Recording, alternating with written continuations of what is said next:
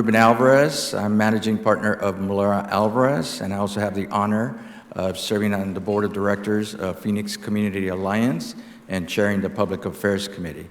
Today, I will be the moderator for the candidate forum. The structure of the forum is as follows. Each candidate will have 2 minutes to introduce themselves and provide an opening statement. Each candidate will then be asked questions related to issues important to the membership of PCA and have 2 minutes to respond to each question. And lastly, each candidate will have 2 minutes to provide a closing statement. Patrick McDaniel, Patrick, raise your hand. We'll be keeping track of time, and the candidates may view the time clock in front row for your reference. So to get us started, I'd like to ask each of you to, in 2 minutes or less, introduce yourself to our guests, and we will begin in alphabetical order by last name, which means Kevin Robinson. You'll go first, followed by Sam Stone. Oh, that's right.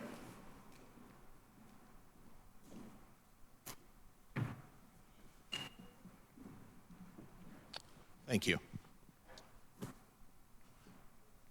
First of all, good morning, and I want to thank the Phoenix Community Alliance. I know I'm doing this on behalf of myself and Sam as well for taking the time to give us an opportunity to speak to you this morning. But as Ruben said, my name is Kevin Robinson. I am a candidate, as Sam is, for Phoenix City Council District 6. I've lived in Phoenix since 1974, in the City Council District for close to 30 years.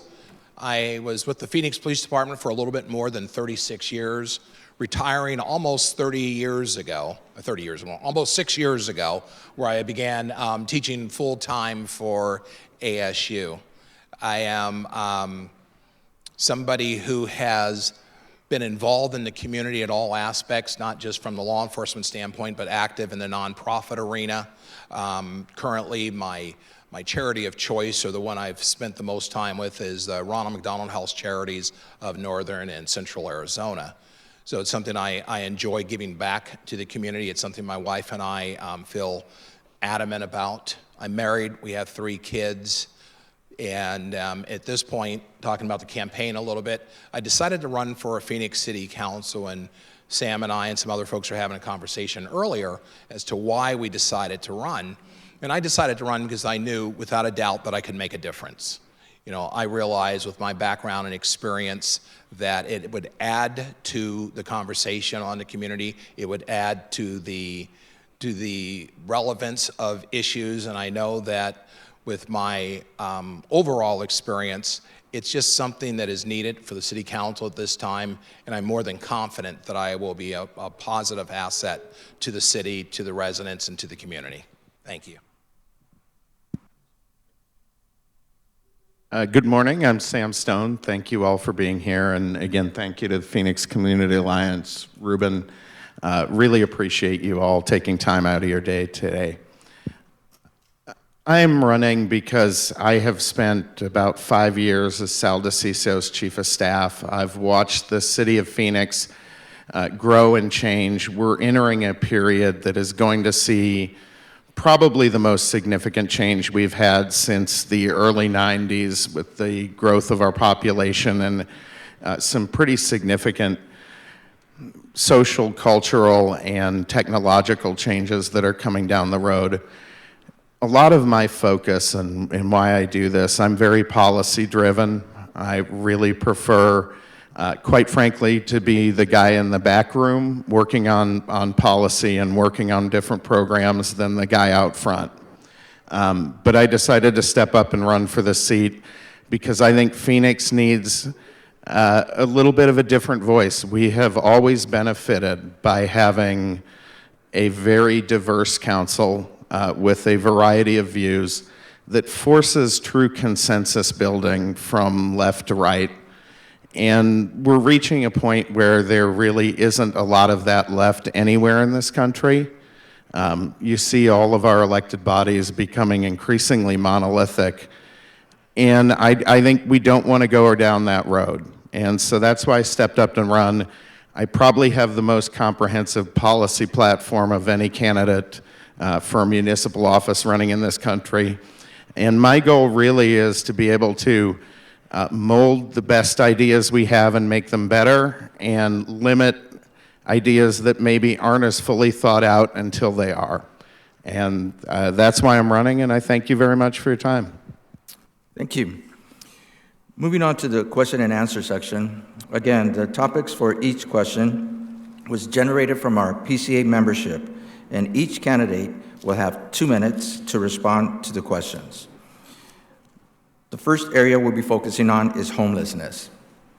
Greater downtown Phoenix is disproportionately affected by the homelessness crisis.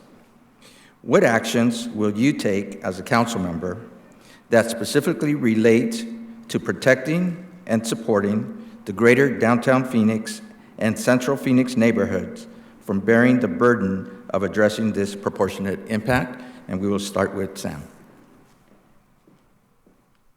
Homelessness is maybe my single top priority. It's the thing I've talked about most during this race. We have a problem that the current system, while really well-intentioned, has not achieved intended results.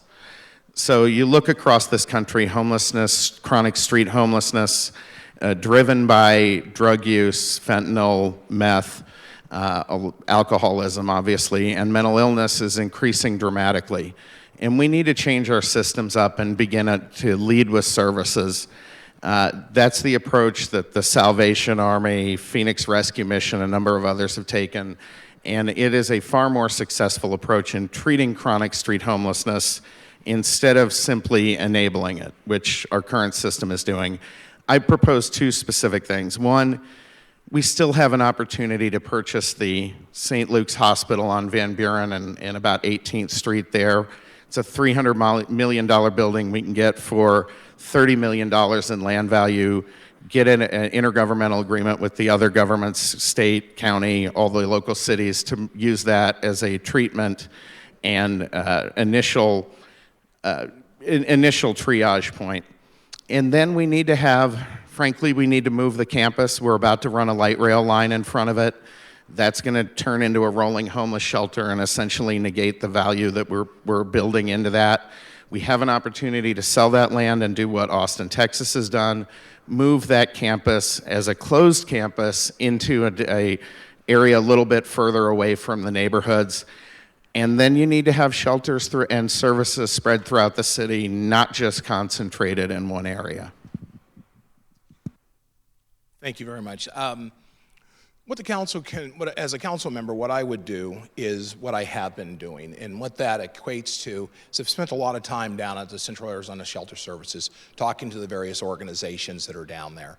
And I've come to the conclusion, as they have, and these are experts in the field, that we can solve these problems. But what it's going to take is a concerted effort on all of our parts. You can't piecemeal it out. One group just can't go off in a direction and think they can solve it on their own. What it's going to take is us identifying the goals, what we want to do, and that's reduce the number of homelessness on our streets, and then go about achieving that goal by collectively working together. Bringing in nonprofits, bringing in city, local government, bringing in county governments when it's appropriate, and moving toward dealing with the issues as to why people are homeless. You look at one of the fastest growing populations in a homeless community are folks over the age of 60, 65 years old. There has been the Haven 2 project that has had tremendous results, taking a vacant hotel, they've converted it. It's a halfway point or transition point for seniors who are finding themselves homeless for a variety of reasons. I think we continue with what we have been doing with a greater emphasis on working more collectively. And I think that's really what it comes down to. You know, the mention that Sam made mention of St. Luke's and moving folks away from the neighborhood, but that's right on top of the neighborhoods over there. So I want us to be more concentrated in how we go about these problems, and they're all good ideas, but we have to have a central focus and work together with an understanding what we want to achieve. Thank you. Moving on to the area of development. Real estate development in Phoenix faces unique challenges. Do you believe the city should participate financially or possibly other ways, to facilitate quality private development in greater downtown Phoenix? And if so, how? We will start with Kevin. Okay, thank you very much. Yes, the city should participate in quality private development in the greater downtown area. Because what we do know is that any major city, any vibrant major city is vibrant because of its downtown area. We have to pay particular attention to what goes on in the downtown core, in the downtown area, because that will reverberate out in other parts of the city. Communities that have that vibrant downtown area, they're able to benefit from everything else that goes along with it. And Phoenix is a perfect example. What we should be doing, and I believe this is a perfect group for it, is you look at the Phoenix Plan and continue to follow that. And that Phoenix Plan tells us paying particular attention to the downtown area will have a positive impact everywhere else in our communities. It's great for the arts, obviously. It is great for small businesses, which are the backbone of our communities. You start to look at what happens with a vibrant downtown area, it only resonates throughout the entire community, and it's something that council needs to pay particular attention to, because so goes the downtown area, so will the rest of the community, and it regenerates out to the entire region for that matter. So I think it's imperative that Phoenix does what it can to ensure the vibrancy of the downtown area, and financially it makes sense.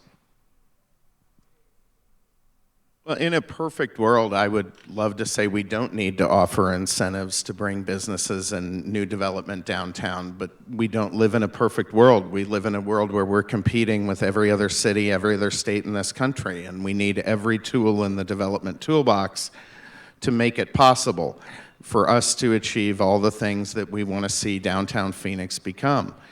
We've done a good job of bringing in institutions like this one, ASU, all the various nonprofit entities. It's really critical now that we start bringing in more of the for-profit industries that can help support the tax base here going forward.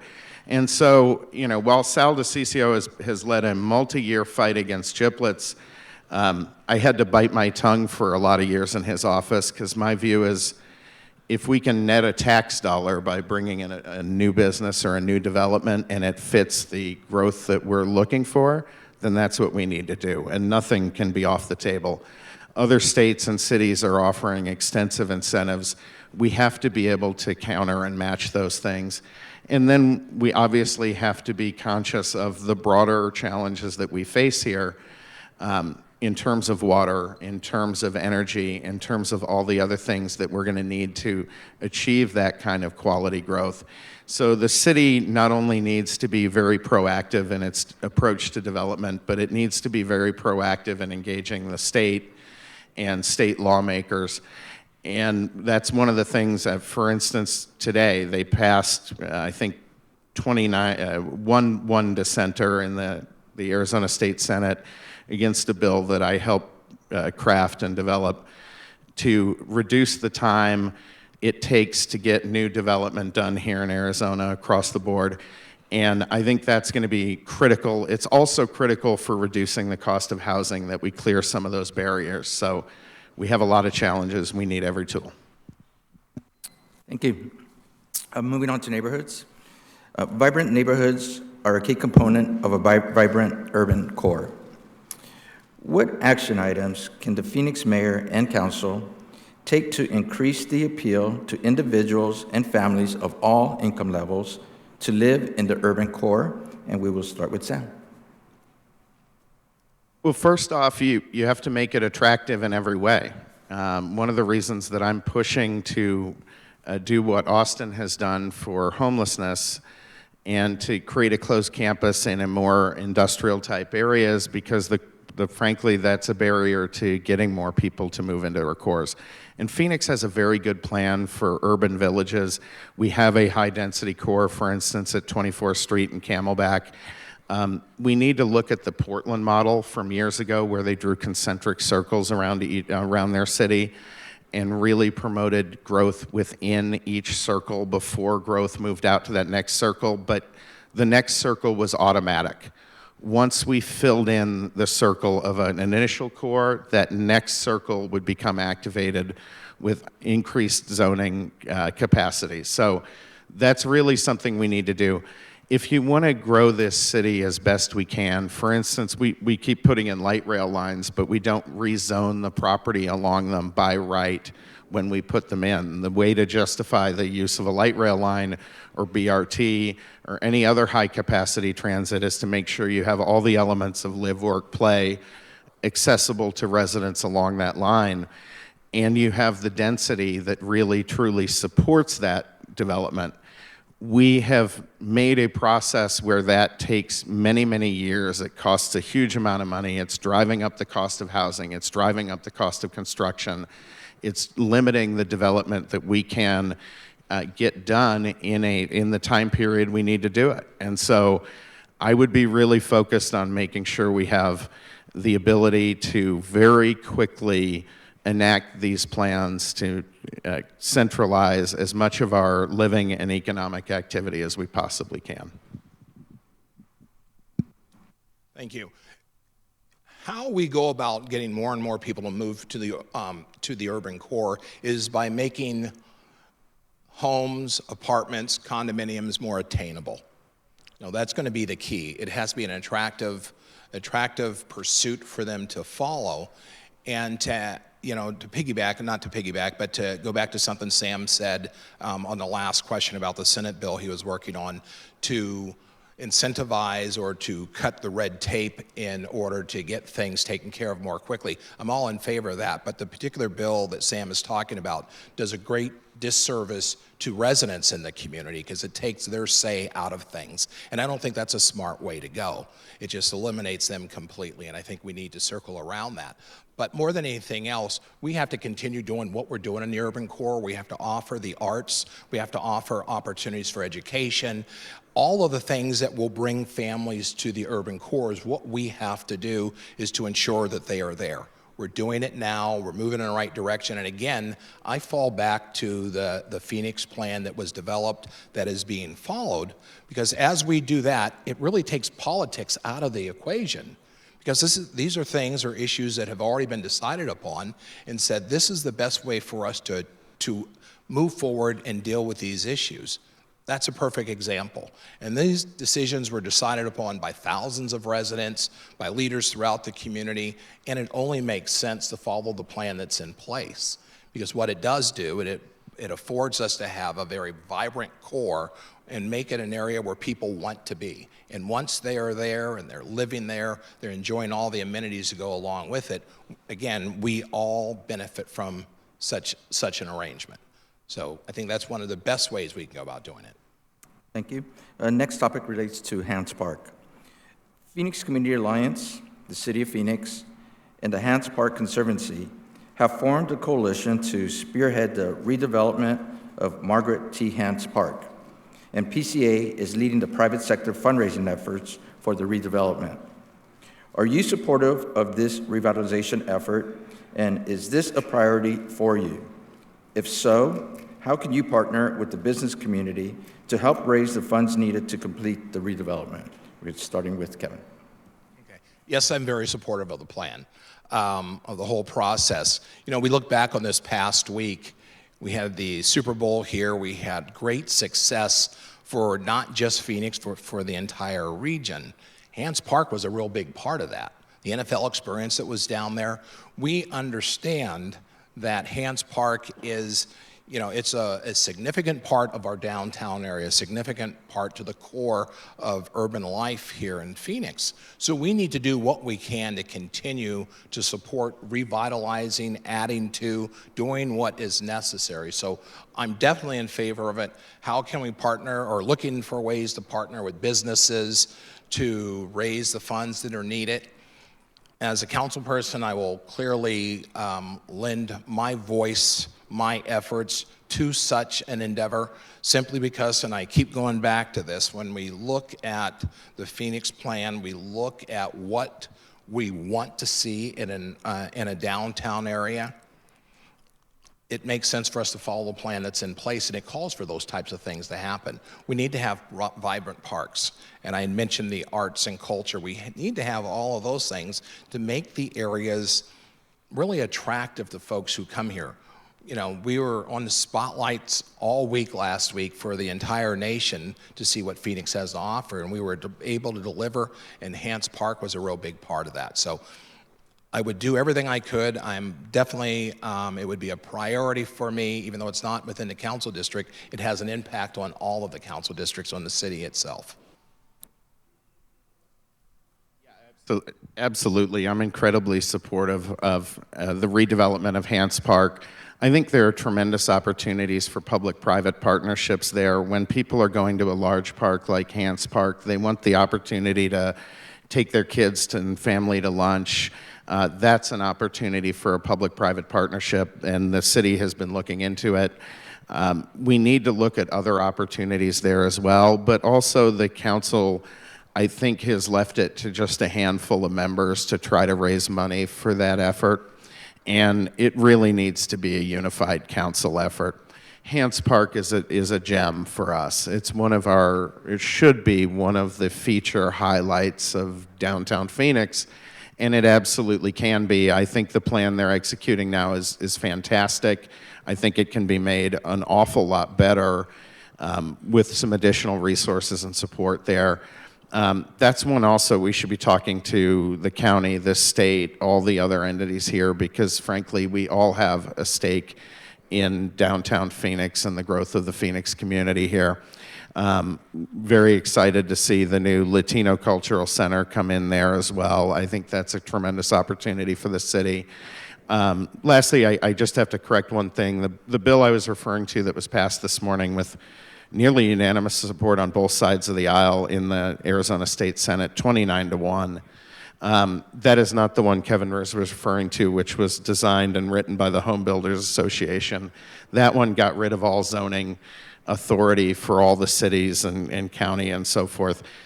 I'm not suggesting anything like that. This one just dictates certain limitations on how long the process can be drawn out. There's no reason we can't make a decision on a zoning case in 6 months. It doesn't need to take 2 years. There's no reason a permit needs to take a year. It can be done in 3 months. So that's it. Thank you. Shifting our attention to transportation and infrastructure, public and private transportation, streets, parking, and accessibility for pedestrians, cars, trains, buses, e-scooters, and bicycles present an ongoing and unique set of issues in our urban core. What are your top 2 priorities to address these issues in the urban core? We'll start with Sam. Well, you can't just address it in the urban core. You have to address it valley-wide, and you have to really connect all the areas that people want to visit the most to each other. So you have to have very easy, rapid transit between downtown Phoenix and Glendale, between downtown Phoenix and Old Town Scottsdale. Tempe we're doing, but the rest of it we haven't yet done. So number one is installing a really well thought out BRT network throughout the city. And that's something I've been advocating for a long time. I think BRT is a tremendous solution, far more cost efficient, flexible, and it can actually be used when needed, like for the Super Bowl. You can, unlike light rail, you can shift additional BRT buses onto that line, that route. You can actually move more people per hour that way than you can with light rail. So I think that's something we really need to look at. The other part is, if you're going to create a truly walkable urban core, you have to think about shade and summer conditions, because the fact of the matter is that people aren't going to be walking a half a mile to a business meeting in a suit in the middle of summer here. With our current conditions, I've done that a few times, and every time I've showed up, I'm not fit for polite company anymore. Now, granted, I sweat a little more than the average person, but geez, we've got to address all this together. It has to be a very comprehensive plan, not piecemealed. And too often, the council has looked at things individually and not looked at the entire comprehensive package. I think that's something we really need to focus on. The other part of it is these options are going to continue to evolve. And we've got to create a framework that allows that to happen and doesn't try to pin it to one technology or another. One of my top two priorities in addressing this particular issue is bringing back a circulator system. Having that system that's moving around the downtown area, the urban core, that is continuous, that allows people to get from point A to point B within the light rail system where the buses may not run with a little bit more regularity. But having a circulator system that can move folks from point A to point B to C, wherever it is they're going, to allow for that access. I'll agree with Sam, and I apologize if I mistook the particular bill he was referring to, but there is one out there that is of concern to folks in the community. But the area about more shade, making it a more livable, a more walkable downtown area is critical. We can take a lesson out of what other cities are doing, and it's happening in other places. Tempe is doing a really good job at developing neighborhoods within the urban core that allow for those types of transportation moving back and forth without much of an issue.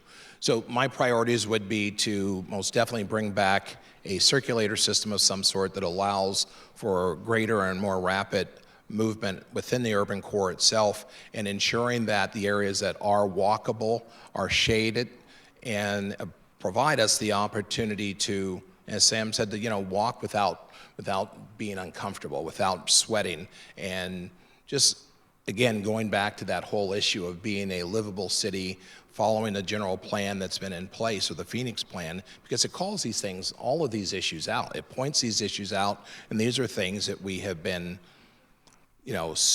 following for all practical purposes, but we need to make sure we're paying particular attention to each one and moving forward that way. Thank you. Moving on to an issue that was referenced a little bit earlier, and that's arts and culture. While widely recognized as an economic driver for successful cities, arts and culture is currently allocated $5.2 million out of an approximately $1.8 billion budget, representing just 0.3% of the city's annual budget. This amount includes staff, grants, programs, public art maintenance, and the Cultural Facilities Fund. According to a 2015 Arts and Economics study, the nonprofit arts sector has generated over $400 million in total economic activity, which has increased over the last 7 years. As a council member, describe how you would support increased funding for a sector that provides a vital community service and has an economic impact over 80 times the current budget. We will start with Kevin. Thank you. As a council member, I would support each and every opportunity that we have to provide more funding to the arts. What we have to understand is what the arts do for the community. The studies that I've read, the things that it does, it provides a greater understanding of the diverse communities that we do have in Phoenix. It provides an opportunity for education. It provides an opportunity for folks to come together. What we do know is communities that have vibrant arts and culture, they also have communities that thrive, communities that come together and they work more collectively. The educational aspect of it, the arts and culture, it provides for a segment of our community that may not normally be able to afford the exposure to the arts. And what it will do for us is allows segments of our community to enjoy the things that Phoenix has to offer. We need to understand that the arts and culture portions of our city, and this is why it's important, and I would do everything in my power to ensure additional funding to them, is that for every arts event that we have in Phoenix, the average person is spending $31 at that event. That goes on to support a host of other businesses, a host of other individuals. It adds to the overall viability of our entire community, and most definitely within the urban core. So as a council member, increase funding at every opportunity, at partnering with the community itself, with the arts community, and doing what we can to add to the budget is only a positive for the entire community. So I'm definitely in favor of it and will do everything in my power to do so. So there is actually a little bit more money than that available, and part of what we need to do is shift up how we budget things and how we silo that budget, because every developer, when they go in, there's a certain amount that they can get credit for building public art and that sort of thing. We might simply want to pull those monies into the city. The airport, for instance, also has a fairly significant arts budget, and I think there are ways actually to free that up to be used in more locations. One of the things we've been doing in recent years, if you've seen, working with the water department and with SRP, APS, and others, is we're taking some of those little unused corner sites that they have for wells and for transmission stations and that sort of thing, and we're redeveloping those as art-based microparks. That's something that absolutely should be expanded at every opportunity, and frankly, our Parks Department has a pretty significant inventory of small plots of land throughout the city that would be very good to combine a micropark structure with some perhaps affordable housing development or other elements that would work. So there are ways we can pad that budget a little more. But every time anyone in this race or any other council race right now talks about spending more money, the question has to be where it's going to come from. The city is projecting max tax increases for the next 9 years just to keep up with the inflation and costs. So we can't increase property taxes any more than we already are. We would have to go to the ballot with a sales tax. So we really need to start getting creative. It's one of the reasons I've focused a lot on how we're doing things and trying to create additional efficiency in the things the city already does, rather than simply promising more spending that we don't have the capacity to provide. Thank you. Next question is a little bit more general. The current downtown strategic vision was last reviewed and adopted by Phoenix City Council in 2004. How are you prepared to work with PCA and other stakeholders to review and update the downtown strategic vision, and are there any particular areas of the strategic vision you feel require additional focus? Sam? Absolutely. Look, it's time to redo our downtown strategic plan. It's time to redo the city's general plan. We're going to have to go to the voters for that. We're going to have to do a lot of work to build consensus among the voters in the neighborhoods to get that done. But the fact of the matter is that we have essentially outgrown those plans now. We've achieved a lot of the objectives that were laid out, and it's time to start thinking about the next steps. So I would be very eager to work with Phoenix Community Alliance and all of the various partners that the city has in doing that. But I think that is absolutely critical at this point, especially as we're adding in the new light rail lines down South Central and then running west along the I-10. Those corridors have to become part of that downtown plan to justify the investment we're making in them. And so we really have to start thinking more geographically, not just in this downtown core, but how we extend and connect the urban cores that Phoenix is designed around to each other, and that really is going to be the key, I think, for the next 20, 30 years. I would highly encourage council and push for it if I was on there, to be prepared to go to voters in 2024 with a plan. Now, that may be too quick. Maybe it's 26, maybe it's a standalone in 25, but we're going to have to do some work and prep that. You know, I'm prepared to work with the PCA pretty much like we have done in the past, and it has worked very well for us, and that being getting the city completely involved. And I say completely, from the city manager's office to the city council level to citizen groups. I am prepared to make sure that council has a definite voice in how we move forward, simply because what we do have to understand, and Sam hit on it a little bit, about what are the capacities of the city. But if we're not growing, if we're not doing the things that we have an opportunity to do, I think that takes away from the city in and of itself. The one particular area of the strategic vision that I think requires additional funding is everything that we're doing in the downtown core. I believe what I read is support for the downtown core. And as I said earlier in one of the first questions, so goes the downtown area, as will the rest of the city. I think it's going to be critical that we do pay attention to all of those things, that we support the light rail, we support transportation, we support arts and culture in and around the area. And it's not necessarily an open checkbook type of a suggestion. I'm optimistic about the things that we can do and how we can bring people together and achieve these programs and to make city an even better city than what it is currently.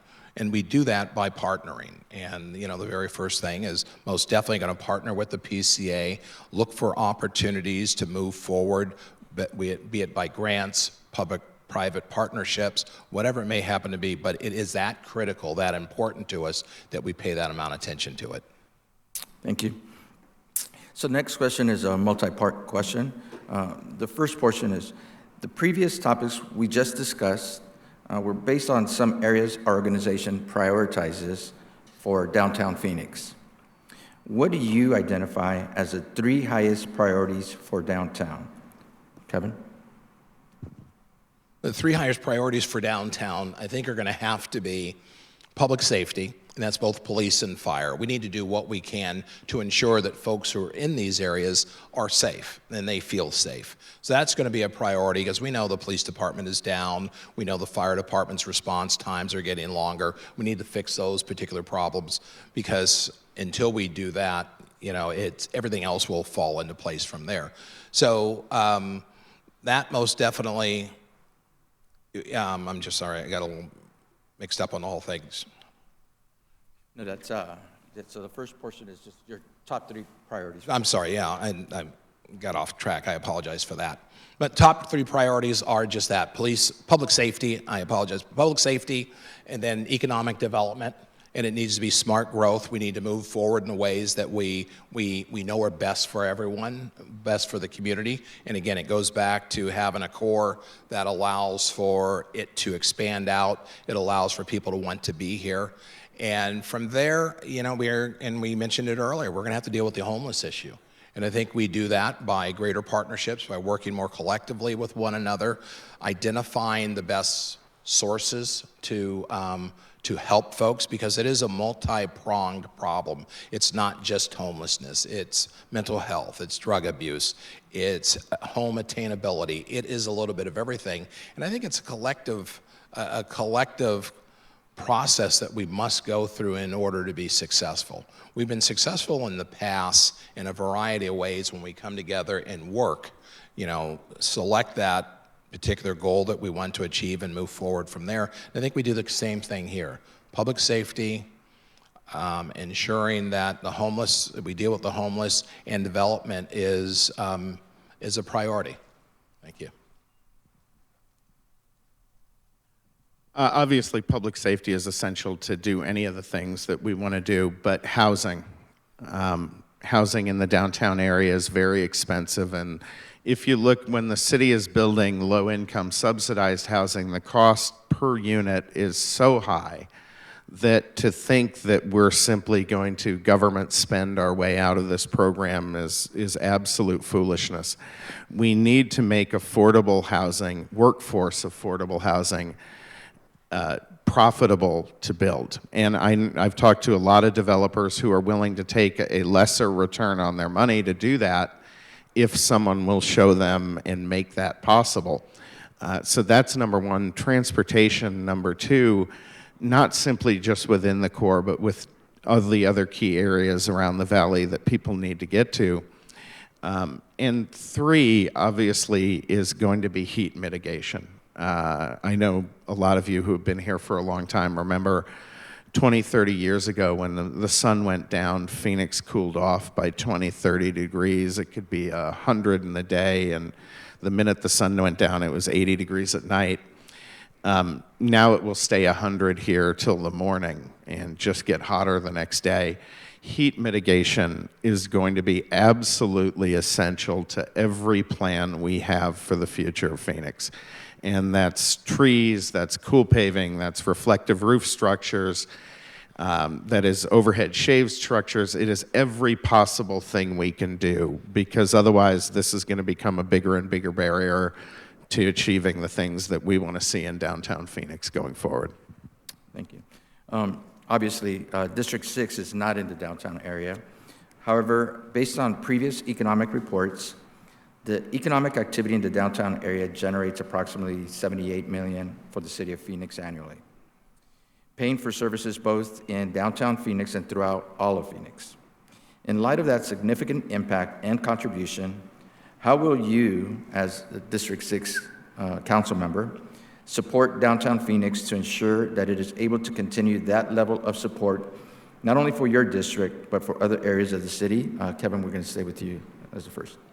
Okay, thank you. It's, as you look at the whole thing, when you think about what's going on in the downtown area, and I said it earlier, it resonates out. When we have a vibrant downtown, other segments of the community are clearly impacted by it and they benefit from it. District 6 happens to be an eclectic district. It's a district where high efficacy voters, people understand, and you also have to look at at the income of the district itself. I think as the District 6 representative, I would be inclined to ensure that the rest of the district understands that importance, the importance of the core, the importance of us having a vibrant downtown and how it impacts everywhere else. So what they're going to get is my support. They're going to get I say support, I was just looking for another word. We need to understand that we have to pay particular attention to what goes on, not just in our respective districts that we represent, but what goes on in the downtown area. We want to continue being that shining city on the hill, and in order for us to do that, everything has to be moving in the same direction, and understanding that it will resonate out, it'll resonate to the various council districts is going to be vital for folks to understand that. So it'll be an educational process to make sure people are understanding those issues and that the district benefits from it. By the various organizations, the companies, the businesses that are in that area, ensuring that they, again, like I said, understand and are able to put forth whatever measures they can to help with those the issues in the downtown core. So it's a little tricky in a certain sense with District 6, because Arcadia, if it's tied to a core, it's sort of split between downtown Phoenix and Scottsdale. Ahwatukee is frankly more connected to cores in Tempe and Chandler than it is to Phoenix.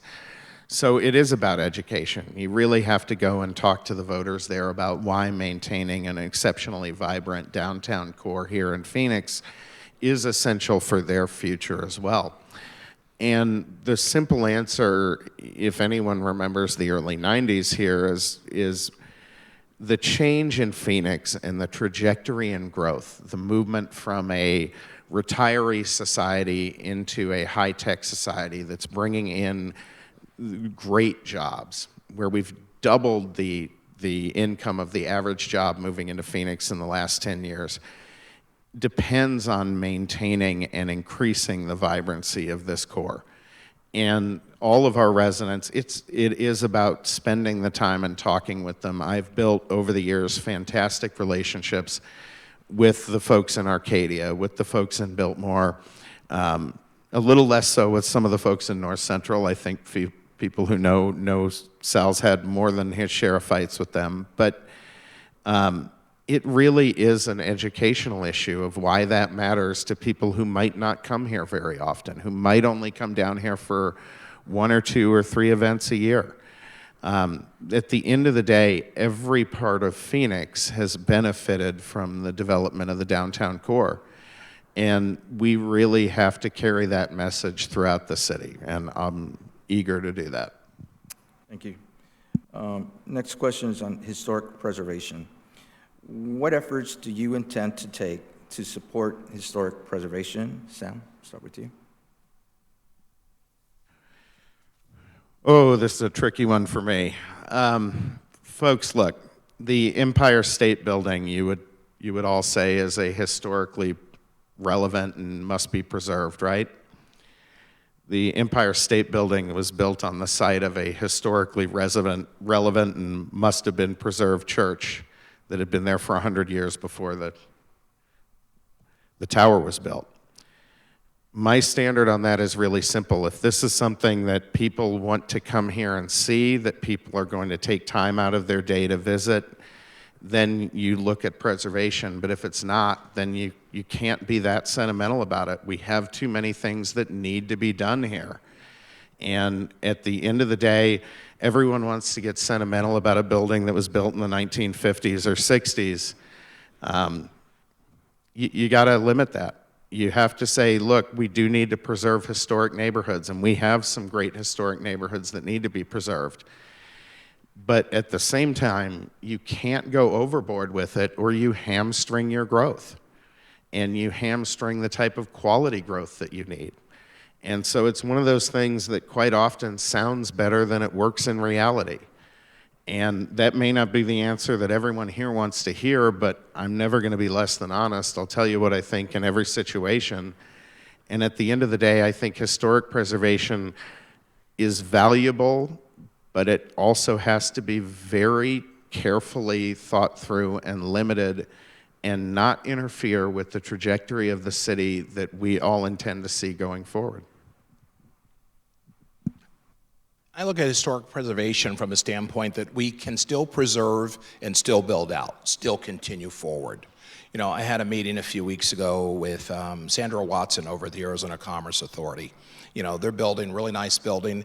It's where the old Madison, what was it, the Madison Street Garden was, or whatever it was called. It was a, I remember in high school in the late 70s, or early 70s it was, it was a wrestling venue. You know, it was there, and we were able to build there. We were able to put a nice set of office complexes complementing the historic aspect of that particular building. I think we need to look for ways to incentivize developers to continue with the history related to some of our buildings and to build from there, and I think it can be done. I'm more of an optimist about these things. I think we need to look for these opportunities to try to preserve what it is that we have in the right situations, but to still move forward from there, because that's what we're hoping to do. The city itself is going to continue to grow. We just had the Super Bowl week with waste management and everything else going on with great weather.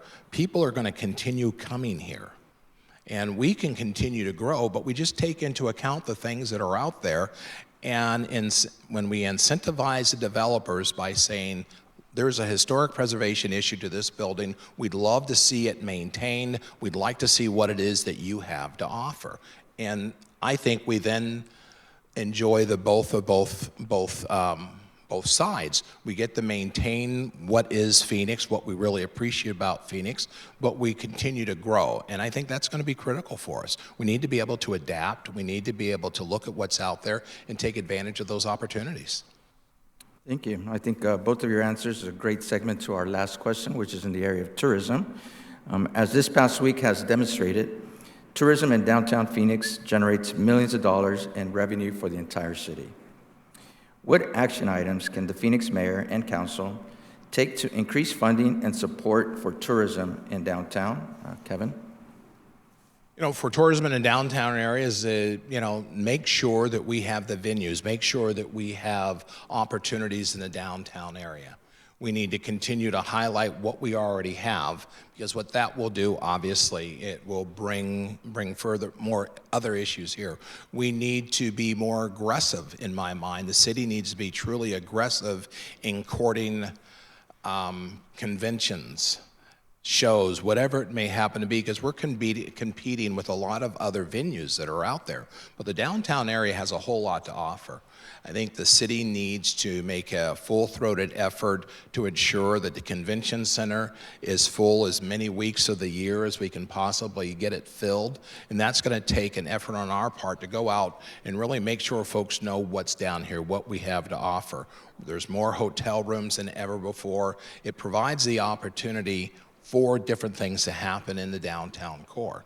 So the mayor and the council, I think the best thing that they can do, and something I would definitely do, is ensure that we place as a priority making, offering events or the space for events to take place in the downtown area that would add to everything in the downtown.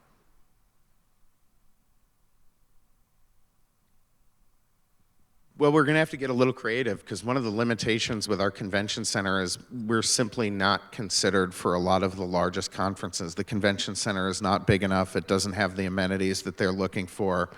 And so we really need to start looking at a potential partnership that would allow us to either expand and rebuild that or reimagine and reuse that space in different ways and go, rather than trying to attract conferences in a different direction for tourism.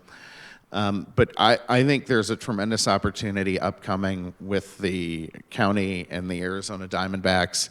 They have a huge problem at that stadium because of the piping under it is basically all rusting away and becoming a giant nightmare. Look, we need to look with all these local teams. I'd like to bring the Coyotes back downtown here.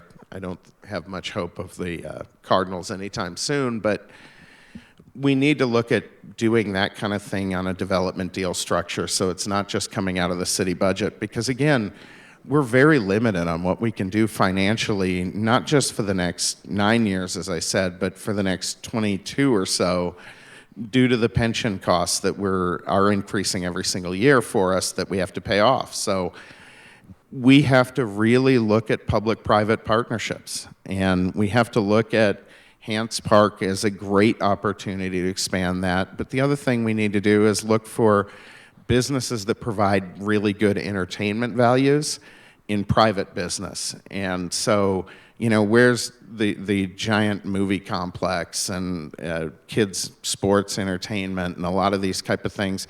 People will pay real money for these things, and we have to open up those opportunities. Well, I want to thank both of you for providing us your answers to these very important questions. We're going to be moving on to the closing remarks portion of the forum. To close, in 2 minutes or less, please let us know what you have achieved or accomplished that makes you the most qualified candidate to serve as a city council member. And this time, we're going to begin the closing statements in reverse alphabetical order by last name, beginning with Sam Stone. In the 5 years I worked in Sal DeCicio's office, I developed a bit of a reputation at City Hall for being a tough customer. That's because I look at every plan with a gimlet eye, what can go wrong. What I'm asking for your support and for the community in District 6 to vote for is for someone who will go in there and dig on issues. I am absolutely for turning Phoenix into the greatest city and economic engine in this part of the country, in this part of the world. But to do that, we are going to have to do things better than everyone else. And I pride myself in many ways on being the ultimate practicalist. If you tell me you want a goal, but you don't lay out a realistic path to get there, I'm going to have suggestions for you. I'm going to push you to really think it through from start to finish. And that's, as much as anything else, what I'm going to provide to the council. There are, in all the years that I've been in politics, and it's been 14, 15 years now, there aren't many elected officials who really dig into policy themselves. There really aren't. I can name a handful on each side here in Arizona. Mayor Gallego is one of them. We need more of that on the council, and that's what I'm running to bring. Thank you. I spent 36 and a half years inside of the city structure. I understand how the city works. I have been effective in those 36 years in working in partnerships, in collaboration, not just within the city structure, but outside of the city structure. I have worked in virtually every single neighborhood in the city of Phoenix in one way or another during that 36-year career at the police department. I know Phoenix. I understand how the city works. I have a lived experience in the public safety sector and in the education sector that will add to the conversation in the city council. It'll add to the overall relevance of the issues that we deal with and the conversations that are taking place. I pride myself on being able to go into almost any kind of situation and help to not necessarily build a consensus, but to help mold a consensus. And that means listening to everybody. A hallmark of what I've done from a career standpoint and what I tell people when I'm out speaking to them on the campaign trail is that I'm going to listen to you. I'm going to understand the best I possibly can what your issues and concerns are, and how can we best all collectively deal with the issues and concerns that you happen to have with your neighborhoods, with your businesses, whatever it may happen to be. It's going to be a collective. It's going to be critical that we have someone on the council who has had that lived experience, someone who is willing to do everything that it takes in order for all of us to be successful. And those are real life experiences that I have had as a leader in our community for all these many years, and I want to continue that service, that public safety to the community on the Phoenix City Council. Thank you very much. Well, thank you. This concludes today's forum, and on behalf of PCA members, I want to thank both of you because sometimes it's very difficult to understand a candidate's position, and it's these types of forum that allows us to understand each of you better. And thank you for your thoughtful answers on some very important issues. For those of you living in District 6, please make sure you cast your vote in this critical election on March 14th, or mail in your ballot beforehand. For more information, please visit the City of Phoenix elections page at phoenix.gov/elections. Again, that's phoenix.gov/elections. And lastly, to get involved in helping PCA build a stronger and greater downtown for a better Phoenix, I encourage each of you to attend one of our committees, or please check our website at phoenixcommunityalliance.com for some of our upcoming events. Thank you all, and enjoy the rest of your day.